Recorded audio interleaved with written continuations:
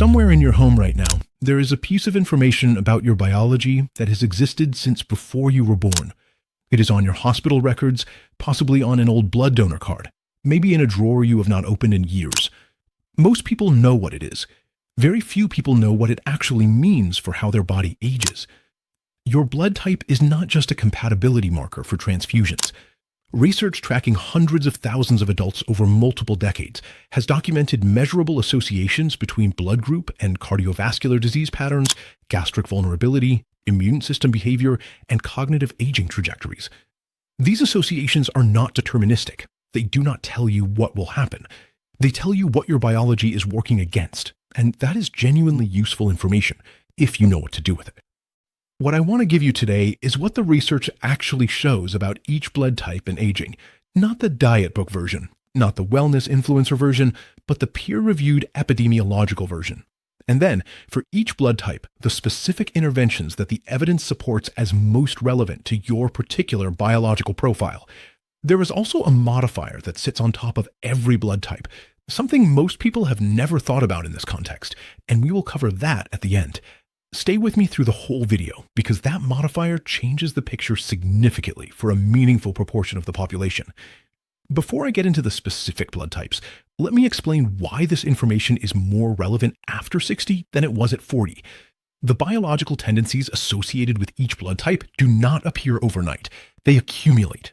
A slightly elevated coagulation profile in a 35-year-old type A individual may produce no detectable consequence for decades.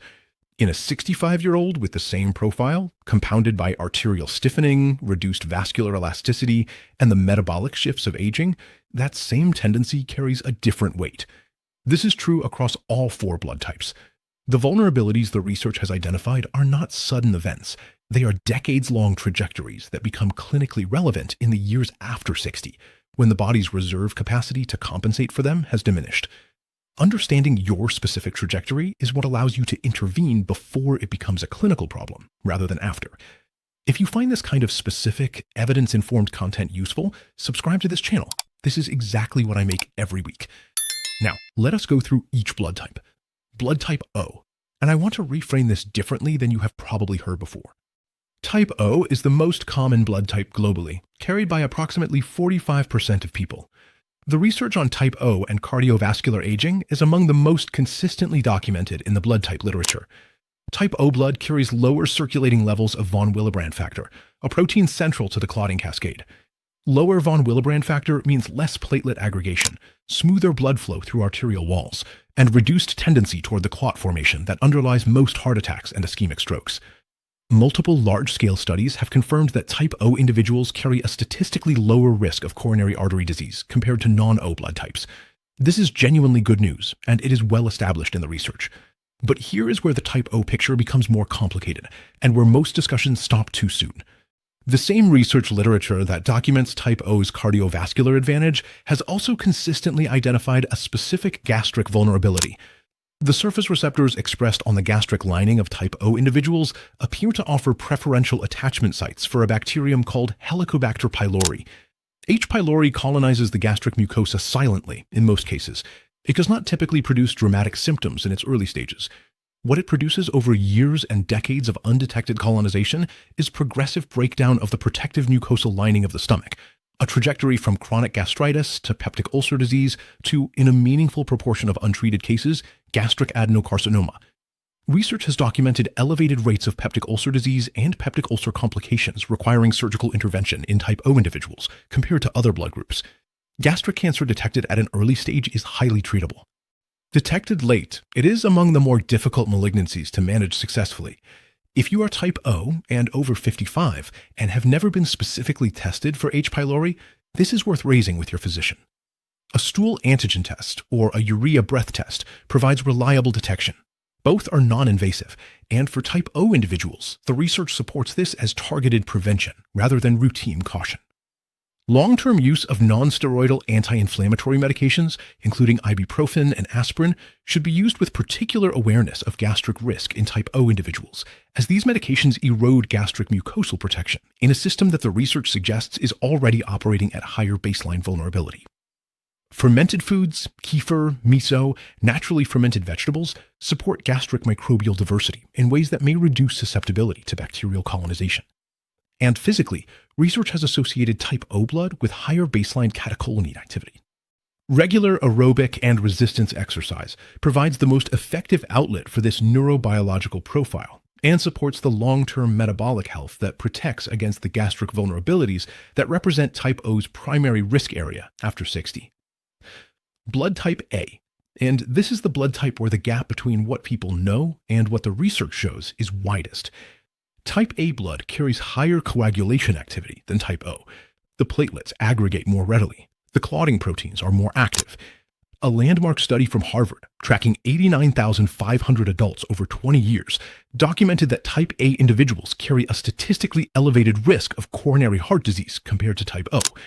The mechanism involves two interacting factors that the research has identified as specific to type A physiology. The first is the elevated coagulation tendency already described. The second is cortisol. Research has consistently found that type A individuals maintain higher baseline cortisol levels than other blood types. Cortisol in sustained elevation produces a specific effect on the vascular endothelium, the thin cellular lining of blood vessel walls. Chronic cortisol exposure promotes endothelial inflammation and reduces vascular elasticity. And here is the interaction that makes this clinically significant for type A specifically. An inflamed, less elastic endothelium is a surface that the more adhesive type A platelets are more likely to accumulate on. The elevated coagulation tendency and the chronic cortisol-driven endothelial inflammation are not two independent risk factors. Research suggests they compound each other. Each one makes the other more consequential. What this means practically is that stress physiology is not a wellness concern for type A individuals. It is a direct cardiovascular variable that belongs in the same clinical conversation as blood pressure and lipid management. More frequent blood pressure monitoring, twice yearly rather than annually, is appropriate clinical practice for type A adults over 55. Homocysteine, an amino acid that when elevated damages arterial walls, tends to run higher in type A individuals. Adequate folate, B12, and B6 through dietary sources, including dark leafy greens, eggs, legumes, and lean proteins, addresses this specific vulnerability directly. A daily parasympathetic activation practice, consistent diaphragmatic breathing with an extended exhale practiced for 10 minutes every morning, has been documented in research to produce measurable effects on cortisol regulation when practiced consistently over weeks. The consistency is what produces the effect. Brief daily practice over months outperforms occasional longer practice by a significant margin. Blood type B, the blood type that the research understands least and that mainstream health discussions handle most inconsistently. Type B blood carries what researchers have characterized as a broadly adaptive immune response. Type B individuals show measurably different gut microbiome composition compared to other blood types, and research has found that certain inflammatory dietary inputs, particularly highly refined seed oils, ultra-processed foods, and high fructose corn syrup, appear to generate stronger systemic inflammatory responses in type B individuals than in other blood groups. The autoimmune research across blood types remains active, and findings are complex, but what the evidence consistently supports is that type B individuals benefit specifically from vigilant inflammatory monitoring. C-reactive protein, a standard inflammatory marker available on any routine blood panel, provides the most practical ongoing measure of systemic inflammatory load. Research on type B immune characteristics supports annual CRP monitoring as appropriate clinical practice, with a consistent reading above 1 milligram per liter without obvious acute infection, representing a meaningful signal worth investigating with a physician, rather than attributing to aging. The dietary triggers most consistently documented in the research as problematic for inflammatory regulation, highly refined oils, ultra-processed foods, and excess refined sugars, warrant particular attention for type B individuals in a way that is more specifically relevant than for other blood types. For physical activity, research on type B physiology consistently supports sustained moderate intensity movement over repeated high-intensity burst training. Swimming, cycling, walking, and hiking maintain inflammatory balance more effectively for type B individuals than interval training regimens that produce sharp spikes in inflammatory markers during the recovery phase. If you are type B and over 55 and have been managing persistent fatigue, joint discomfort, or unexplained inflammatory symptoms with lifestyle adjustments alone, a direct conversation with your physician about autoimmune screening is warranted. Early identification of autoimmune conditions changes the management trajectory substantially compared to late identification.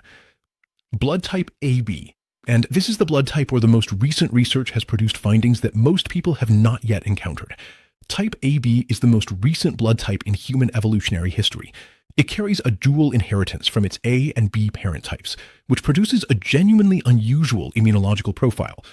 On one side, type AB individuals show lower inflammatory responses to certain environmental antigens and measurably reduced risk of some gastric pathologies compared to other blood types. On the other side, research has documented that type AB individuals carry a statistically elevated risk of cognitive decline, including vascular dementia, compared to type O individuals. The proposed mechanism is cerebrovascular. Type AB blood carries elevated coagulation factors inherited from its A component, combined with the antigen complexity of the AB blood group profile. Research suggests that over decades, this combination may produce subtle but cumulative changes in blood flow efficiency through the brain's smallest capillaries, the microvessels that supply the regions most responsible for memory consolidation, processing speed, and executive function. These are not dramatic occlusive events. They are gradual, microscopic shifts in perfusion efficiency across neural tissue that accumulate over 15 to 20 years before producing any detectable functional change. This is why, for type AB individuals, cardiovascular health and cognitive health are not separate clinical conversations. They are the same conversation. Every intervention that protects arterial health, blood pressure management, blood glucose regulation, lipid monitoring, simultaneously protects the cerebrovascular supply to brain tissue that type AB's coagulation profile makes more vulnerable over time. DHA, the long-chain omega-3 fatty acid found in fatty fish, including salmon, sardines, and mackerel, is incorporated directly into neuronal cell membranes and has been documented to reduce the neuroinflammatory signaling that accelerates small vessel disease. 2 servings per week represents a meaningful dietary commitment for type AB adults after 60. Sleep is the other non-negotiable variable. The glymphatic system, your brain's overnight waste clearance network, operates most actively during deep sleep, flushing metabolic byproducts, including the amyloid proteins associated with neurodegenerative disease. Research has documented that chronic sleep restriction below 7 hours meaningfully impairs glymphatic clearance. For type AB individuals, this impairment is not merely a recovery issue. It is accelerating the biological process that the research identifies as this blood group's primary age-related vulnerability. The Rh factor, the modifier most blood type discussions leave out entirely. The plus or minus designation at the end of your blood type indicates whether you carry the Rh antigen on the surface of your red blood cells. Approximately 85% of people are Rh positive. The remaining 15% are Rh negative. Research on Rh factor and immune function is less fully established than the ABO blood group literature, but what has emerged suggests that Rh negative individuals may carry a modestly different cytokine signaling profile, meaning the chemical language your immune system uses to communicate is calibrated differently. For adults managing any chronic inflammatory condition, being Rh negative appears, from the emerging research, to heighten sensitivity to certain inflammatory triggers, making the anti-inflammatory dietary and lifestyle protocols relevant to your primary blood type more rather than less important to implement rigorously. Know both components of your blood type, the letter and the sign. Make sure your physician has both documented.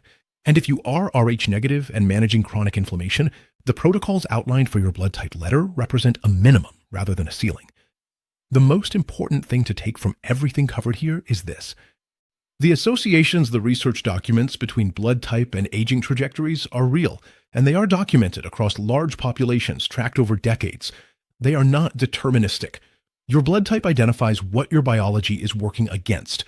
What you actually do with that information, whether and how consistently you address your specific vulnerabilities, determines the gap between the statistical profile and your individual outcome. That gap is large. Research consistently shows that lifestyle intervention produces outcomes that diverge substantially from population averages in people who apply it specifically and consistently. The blood type research gives you one lens for understanding which interventions are most specifically relevant to your particular biology. Use it as one input among many in the context of a full conversation with your physician about your complete health picture. This is educational content only and not medical advice. If you have questions about your specific health risks or about testing, please speak with your physician.